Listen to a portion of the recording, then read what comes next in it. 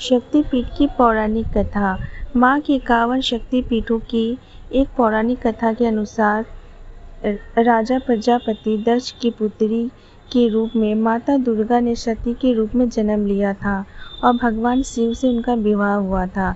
एक बार मुनियों के एक समूह ने यज्ञ आयोजित किया। यज्ञ में सभी देवताओं को बुलाया गया। जब राजा दक्ष आए तो सभी लोग खड़े हो गए, लेकिन भगवान शिव खड़े नहीं हुए। भगवान शिव दक्ष के दामाद थे।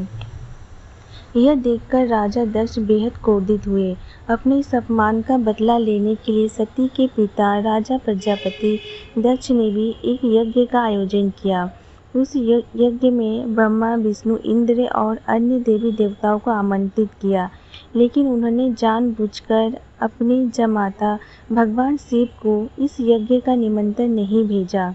भगवान शिव इस यज्ञ में शामिल नहीं हुए और जब नारद जी से सती को पता चला कि उनके पिता के यहाँ यज्ञ हो रहा है लेकिन उन्हें निमंत्रित नहीं किया गया है, यह जानकर वे क्रोधित हो उठे।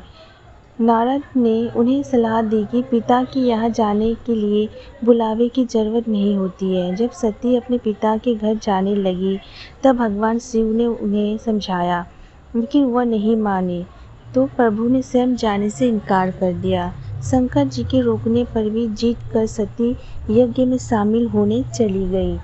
यज्ञ स्थल पर सती ने अपने पिता दक्ष से शंकर जी को आमंत्रित न करने का कारण पूछा और पिता से उग्र विरोध प्रकट किया। इस पर दक्ष भगवान शंकर के बारे में सती के सामने ही अपमानजनक बातें करने लगे। इस अपमान से पीड़ित सती ने यज्ञ कुंड में कूदकर अपनी प्राणाहुति दे दी।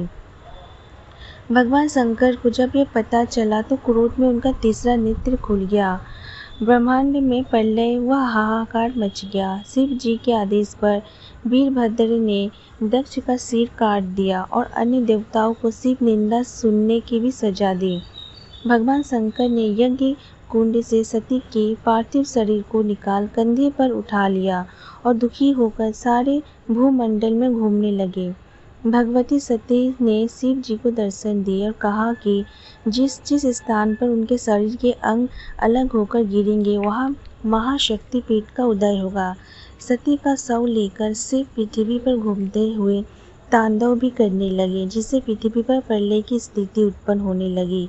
पृथ्वी समेत तीनों लोगों को व्याकुल देखकर भगवान विष्णु अपने सुदर्शन चक्र से सती के शरीर को खंड खंड कर धरती पर गिराते गए।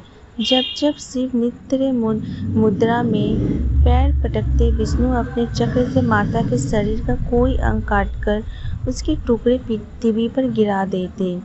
शास्त्रों के अनुसार इस प्रकार जहाँ जहाँ सती के अंग के टुकड़े, उनके वस्त्र और आभूषण गिरे, वहाँ वहाँ शक्तिपीठ का उदय हुआ। इस तरह कुल 51 स्थानों में माता के शक्तिपीठों का निर्माण हुआ। अगले जन्म में सती ने राजा हिमालय के घर पार्वती के रूप में जन्म लिया और घोर तपस्या कर शिव को पुण्य पति रूप में प्राप्त किया।